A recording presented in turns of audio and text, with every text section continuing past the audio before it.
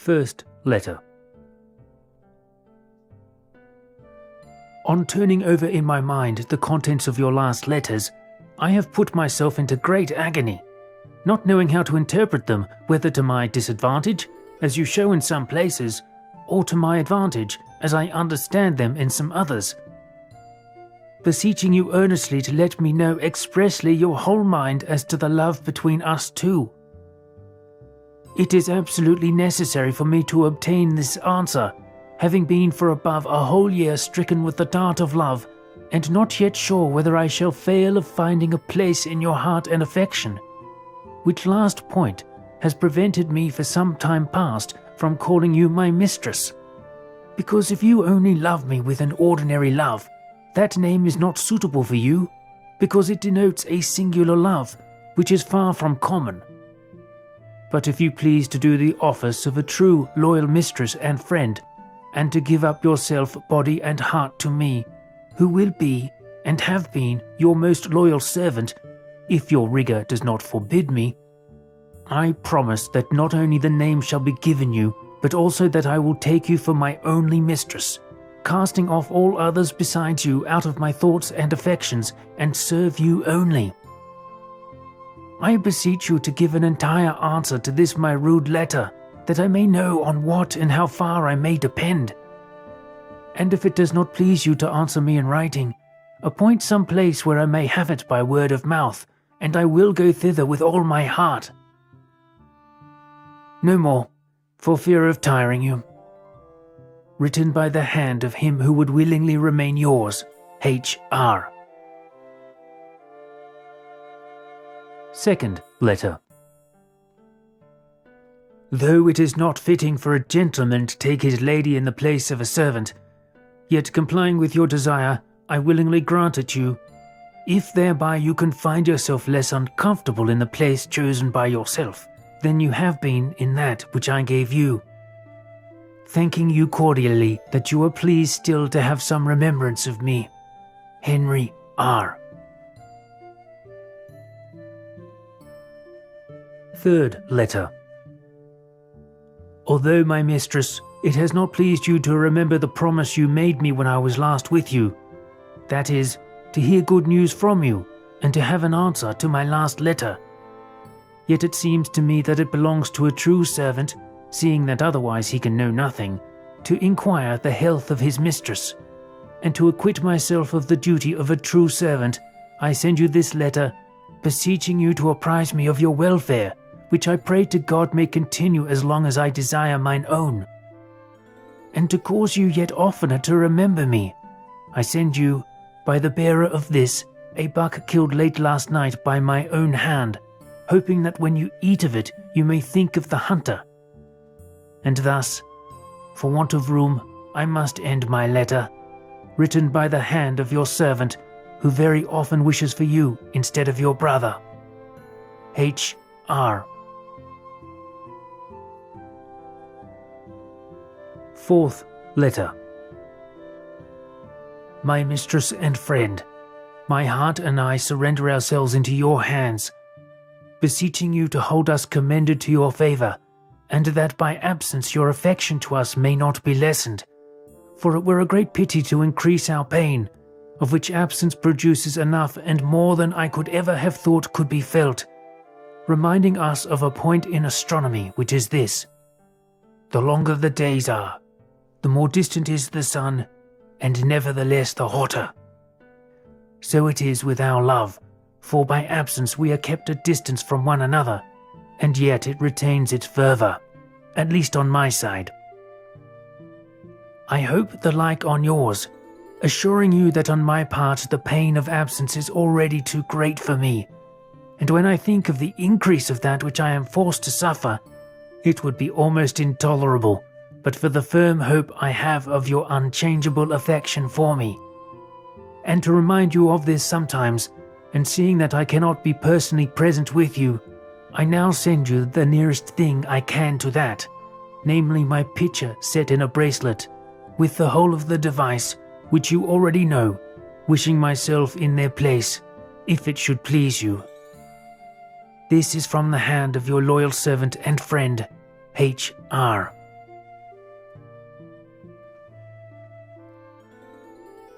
Fifth letter.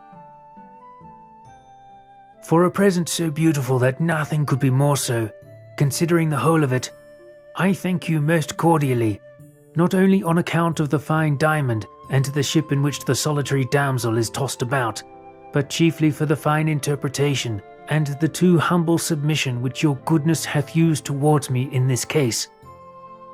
For I think it would be very difficult for me to find an occasion to deserve it, if I were not assisted by your great humanity and favour, which I have always sought to seek, and will seek to preserve by all the kindness in my power, in which my hope has placed its unchangeable intention, which says, aut ilice, aut nullabi. The demonstrations of your affection are such, the beautiful mottos of the letter so cordially expressed, that they oblige me for ever to honour, love, and serve you sincerely, beseeching you to continue in the same firm and constant purpose, assuring you that, on my part, I will surpass it rather than make it reciprocal, if loyalty of heart and a desire to please you can accomplish this. I beg also, if at any time before this I have in any way offended you, that you would give me the same absolution that you ask, assuring you that henceforward my heart shall be dedicated to you alone. I wish my person was so too. God can do it if he pleases, to whom I pray every day for that end, hoping that at length my prayers will be heard. I wish the time may be short, but I shall think it long till we see one another. Written by the hand of that secretary who in heart, body, and will is your loyal and most assured servant, H. Ultronuchers R. Sixth letter. To my mistress. Because the time seems very long since I heard concerning your health and you, the great affection I have for you has induced me to send you this bearer, to be better informed of your health and pleasure, and because, since my parting from you, I have been told that the opinion in which I left you is totally changed, and that you would not come to court either with your mother, if you could, or in any other manner, which report, if true, I cannot sufficiently marvel at, because I am sure that I have since never done anything to offend you, and it seems a very poor return for the great love which I bear you, to keep me at a distance both from the speech and the person of the woman that I esteem most in the world. And if you love me with as much affection as I hope you do, I am sure that the distance of our two persons would be a little irksome to you, though this does not belong so much to the mistress as to the servant. Consider well, my mistress, that absence from you grieves me sorely, hoping that it is not your will that it should be so. But if I knew for certain that you voluntarily desired it, I could do no other than mourn my ill fortune, and by degrees abate my great folly. And so, for lack of time, I make an end of this rude letter, beseeching you to give credence to this bearer in all that he will tell you from me. Written by the hand of your entire servant, H. R. Seventh letter. Darling, these shall only be to advertise you that this bearer and his fellow be dispatched with as many things to compass our matter, and to bring it to pass as our wits could imagine or devise, which brought to pass, as I trust, by their diligence it shall be shortly. You and I shall have our desired end, which should be more to my heart's ease and more quietness to my mind than any other thing in the world. As with God's grace, shortly I trust shall be proved, but not so soon as I would it were. Yet I will ensure you that there shall be no time lost that may be won, and further cannot be done, for ultra possi non est esse. Keep him not too long with you, but desire him, for your sake, to make the more speed. For the sooner we shall have word from him, the sooner shall our matter come to pass. And thus, upon trust of your short repair to London, I make an end of my letter, my own sweetheart. written with the hand of him which desireth as much to be yours as you do to have him. H.R. 8th letter. My lord, in my most humblest wise that my heart can think, I desire you to pardon me that I am so bold to trouble you with my simple and rude writing, esteeming it to proceed from her that is much desirous to know that your grace does well, as I perceive by this bearer that you do, the which I pray God long to continue, as I am most bound to pray. For I do know the great pains and troubles that you have taken for me both day and night is never likely to be recompensed on my part, but alonely in loving you, next unto the King's grace, above all creatures living. And I do not doubt but the daily proofs of my deeds shall manifestly declare and affirm my writing to be true, and I do trust you do think the same. My lord, I do assure you, I do long to hear from you in news of the legate, for I do hope, as they come from you, they shall be very good. And I am sure you desire it as much as I, and more, an it were possible, as I know it is not. And thus remaining in a steadfast hope, I make an end of my letter. Written with the hand of her that is most bound to be, your humble servant, Anne Boleyn. Postscript. The writer of this letter would not cease till she had caused me likewise to set my hand, desiring you, though it be short, to take it in good part. I ensure you that there is neither of us but greatly desireth to see you, and are joyous to hear that you have escaped this plague so well, trusting the fury thereof to be past, especially with them that keepeth good diet, as I trust you do. The not hearing of the legate's arrival in France causeth us somewhat to muse, notwithstanding we trust, by your diligence and vigilancy, with the assistance of Almighty God, shortly to be eased out of that trouble. No more to you at this time, but that I pray God send you as good health and prosperity as the writer would. By your loving sovereign and friend, H.R. 9th letter. There came to me suddenly in the night the most afflicting news that could have arrived. The first, to hear of the sickness of my mistress, whom I esteem more than all in the world, and whose health I desire as I do my own, so that I would gladly bear half your illness to make you well. The second, from the fear that I have of being still longer harassed by my enemy, absence much longer, who has hitherto given me all possible uneasiness, and as far as I can judge is determined to spite me more because I pray God to rid me of this troublesome tormentor. The third, because the physician in whom I have most confidence is absent at the very time when he might do me the greatest pleasure, for I should hope, by him and his means, to obtain one of my chief joys on earth. That is the care of my mistress.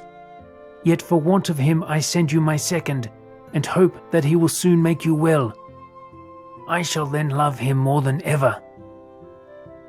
I beseech you to be guided by his advice in your illness. In doing so I hope soon to see you again, which will be to me a greater comfort than all the precious jewels in the world. Written by that secretary, who is, and forever will be, your loyal and most assured servant, H.A.B. R. 10th letter. The uneasiness my doubts about your health gave me disturbed and alarmed me exceedingly, and I should not have had any quiet without hearing certain tidings.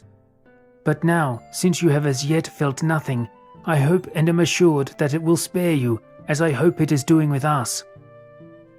For when we were at Walton, 2 ushers, 2 valets de chambre, and your brother, Master Treasurer, fell ill, but are now quite well. And since we have returned to our house at Huntston, we have been perfectly well, and have not at present one sick person. God be praised. And I think, if you would retire from Surrey, as we did, you would escape all danger. There is another thing that may comfort you, which is, that in truth in this distemper, few or no women have been taken ill, and what is more, no person of our court, and few elsewhere, have died of it. For which reason I beg you, my entirely beloved, not to frighten yourself, nor be too uneasy at our absence, for wherever I am yours. And yet we must sometimes submit to our misfortunes, for whoever will struggle against fate is generally but so much the further from gaining his end. Wherefore comfort yourself, and take courage, and avoid the pestilence as much as you can, for I hope shortly to make you sing La Reine Voyée. No more at present, from lack of time, but that I wish you in my arms, that I might a little dispel your unreasonable thoughts. Written by the hand of him who is and always will be yours. M.H.R. Mutable. 11th letter. The cause of my writing at this time, good sweetheart, is only to understand of your good health and prosperity, whereof to know I would be as glad as in manner mine own, praying God that, and it be his pleasure, to send us shortly together, for I promise you I long for it. Howbeit, I trust it shall not be long too. And seeing my darling is absent, I can do no less than to send her some flesh, representing my name, which is heart flesh for Henry, prognosticating that hereafter, God willing, you may enjoy some of mine, which he pleased I would were now. As touching your sister's matter, I have caused Walter Wells to write to my lord my mind therein, whereby I trust that Eve shall not have power to deceive Adam. For surely whatsoever is said, it cannot so stand with his honour, but that he must needs take her, his natural daughter, now in her extreme necessity. No more to you at this time, mine own darling, but that with a wish I would we were together an evening. With the hand of yours, H.R. 12th letter. Since your last letters, mine own darling, Walter Welsh, Master Brown, Thoscare, Creon of Brereton, and John Coke the apothecary, be fallen of the sweat in this house, and thanked be God all well recovered, so that as yet the plague is not fully ceased here, but I trust shortly it shall. By the mercy of God the rest of us yet be well, and I trust shall pass it, either not to have it, or at the least as easily as the rest have done. As touching the matter of Wilton, my Lord Cardinal hath had the nuns before him, and examined them, Mr. Bell being present, which hath certified me that, for a truth, she had confessed herself, which we would have had abass, to have had 2 children by 2 sundry priests, and further, since hath been kept by a servant of the Lord Broke that was, and that not long ago. Wherefore I would not, for all the gold in the world, clog your conscience nor mine to make her ruler of a house which is of so ungodly demeanour. Nor I trust, you would not that neither for brother nor sister, I should so disdain mine honour or conscience. And as touching the prioress, or Dame Eleanor's elder sister, though there is not any evident case proved against them, and that the prioress is so old that for many years she could not be as she was named, yet notwithstanding, to do you pleasure, I have done that neither of them shall have it, but that some other good and well-disposed woman shall have it, whereby the house shall be the better reformed, whereof I ensure you it had much need, and God much the better served. As touching your abode at Hever, do therein as best shall like you, for you best know what air doth best with you. But I would it were come thereto, if it pleased God, that neither of us need care for that, for I ensure you I think it long. Suchet is fallen sick of the sweat, and therefore I send you this bearer, because I think you long to hear tidings from us, as we do likewise from you. Written with the hand de votre sel. H.R. 13th letter. The approach of the time for which I have so long waited rejoices me so much that it seems almost to have come already. However, the entire accomplishment cannot be till the two persons meet, which meeting is more desired by me than anything in this world. For what joy can be greater upon earth than to have the company of her who is dearest to me, knowing likewise that she does the same on her part, the thought of which gives me the greatest pleasure. Judge what an effect the presence of that person must have on me, whose absence has grieved my heart more than either words or writing can express, and which nothing can cure, but that begging you, my mistress, to tell your father from me that I desire him to hasten the time appointed by 2 days, that he may be at court before the old term, or at furthest on the day prefixed, for otherwise I shall think he will not do the lover's turn, as he said he would, nor answer my expectation. No more at present for lack of time, hoping shortly that by word of mouth I shall tell you the rest of the sufferings endured by me from your absence. Written by the hand of the secretary, who wishes himself at this moment privately with you, and who is, and always will be, your loyal and most assured servant, H. No other, A.B. Seek R. 14th letter. Darling, I heartily recommend me to you, ascertaining you that I am not a little perplexed with such things as your brother shall on my part declare unto you, to whom I pray you give full credence, for it were too long to write. In my last letters I writ to you that I trusted shortly to see you, which is better known at London than with any that is about me, whereof I not a little marvel, but lack of discreet handling must need be the cause thereof. No more to you at this time, but that I trust shortly our meetings shall not depend upon other men's light handlings, but upon our own. Written with the hand of him that longeth to be yours, H. R. 15th letter. Mine own sweetheart, this shall be to advertise you of the great elengness that I find here since your departing. For I assure you, methinketh the time longer since your departing now last, that I was wont to do a whole fortnight. I think your kindness and my fervency of love causeth it, for otherwise I would not have thought it possible that for so little a while it should have grieved me. But now that I am coming towards you, methinketh my pains be half removed, and also I am right well comforted in so much that my book maketh substantially for my matter. In looking whereof I have spent above 4 hours this day, which causeth me now to write the shorter letter to you at this time, because of some pain in my head. Wishing myself, especially an evening, in my sweetheart's arms, whose pretty duckies I trust shortly to kiss. Written by the hand of him that was, is, and shall be yours by his own will, H. R. 16th letter. Darling, though I have scant leisure, yet remembering my promise, I thought it convenient to certify you briefly in what case our affairs stand. As touching a lodging for you, we have got one by my Lord Cardinal's means, the like whereof could not have been found hereabouts for all causes, as this bearer shall more show you. As touching our other affairs, I assure you there can be no more done, nor more diligence used, nor all manner of dangers better both foreseen and provided for, so that I trust it shall be hereafter to both our comforts, the specialities whereof were both too long to be written, and hardly by messenger to be declared.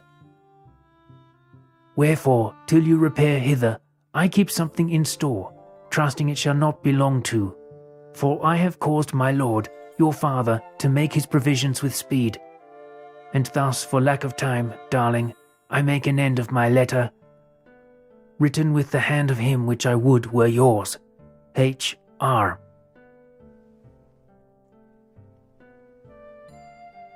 17th letter. The reasonable request of your last letter, with the pleasure also that I take to know them true, causeth me to send you these news. The legate which we most desire arrived at Paris on Sunday or Monday last past, so that I trust by the next Monday to hear of his arrival at Calais. and then I trust within a while after to enjoy that which I have so long longed for, to God's pleasure and our both comforts. No more to you at this present, mine own darling, for lack of time, but that I would you were in mine arms, or I in yours, for I think it long since I kissed you. Written after the killing of a hart at 11 of the clock, minding with God's grace, tomorrow mightily timely to kill another, by the hand which I trust shortly shall be yours. Henry R.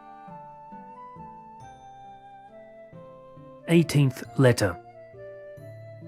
To inform you what joy it is to me to understand of your conformableness with reason, and of the suppressing of your inutile and vain thoughts with the bridle of reason.